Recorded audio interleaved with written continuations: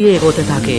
তবে সে একদম আতঙ্কিত হয়েছিল, কারণ তখন বিমানের মাত্র একটা ইঞ্জিন কাজ করছিল, আর ককপিটে প্রচণ্ড বেগে বাতাস আর বরফ ঢোকার কারণে সামনে কি রয়েছে সেটা তারা স্পষ্টভাবে দেখতে পারছিল না। তাই যে কোনো মুহূর্তেই বিমানটি পাহাড়ের সাথে ধাক্কা খেতে পারে।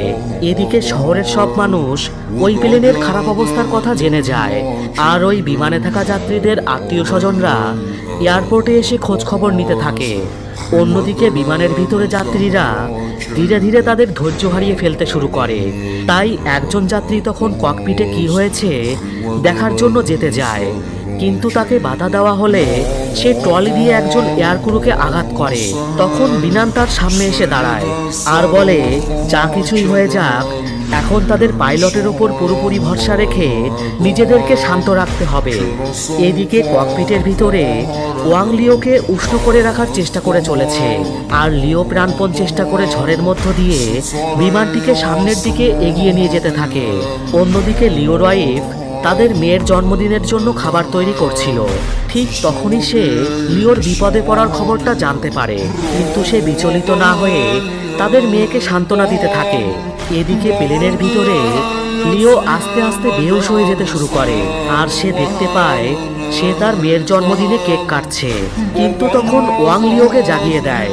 এরপর লিও ওই কালো মেঘের মধ্য দিয়ে সঠিক রাস্তা খুঁজে বের করে বিমানটি চালিয়ে নিয়ে যেতে থাকে। অন্যদিকে কন্ট্রোল রুমে সবাই রাডারে দেখতে পায় প্লেনটি পাহাড়ের ফাঁক ফোকর দিয়ে আর কালো মেঘের ঝড়ের মধ্য দিয়ে সামনে এগোচ্ছে। এদিকে তখন বিমানের ভিতরের পরিস্থিতি আরো বেশি খারাপ হয়ে যায়। প্রচন্ড ঝাঁকুনিতে ওপরে থাকা লাগেজগুলো যাত্রীদের গায়ে পড়তে শুরু করে। এদিকে নিচে সবাই ভগবানের কাছে প্রার্থনা করছিল, কিন্তু হঠাৎই বিমানটি রাডার থেকে অদৃশ্য হয়ে যায়।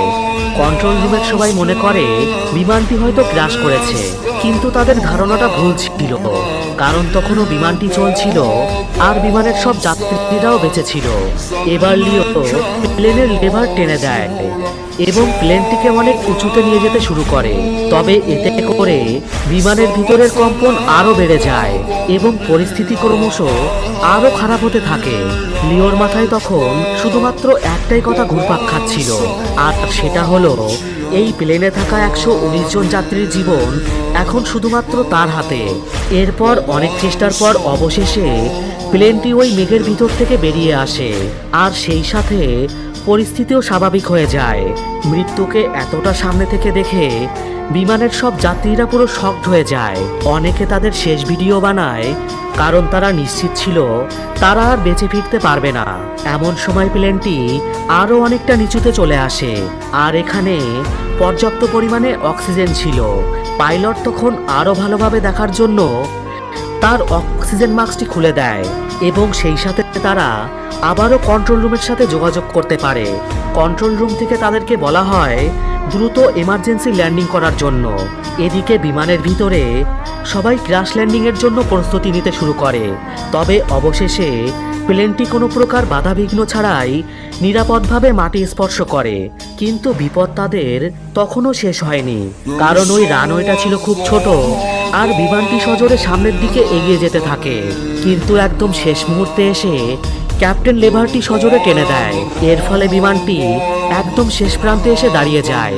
এই ভয়াবহ দৃশ্য দেখে বিমানের সবাই কেঁদে ফেলে।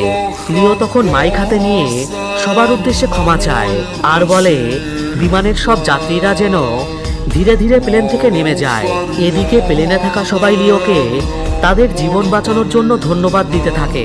এরপর একে একে সব যাত্রীরা বিমানের বাইরে চলে আসে, আর লিওকে বিমান কর্তৃপক্ষ এতগুলো যাত্রীর জীবন বাঁচানোর জন্য তাকে সাহসী পাইলট উপাধি দেয়। লিও তখন বাড়িতে ফোন করে বলে, আমি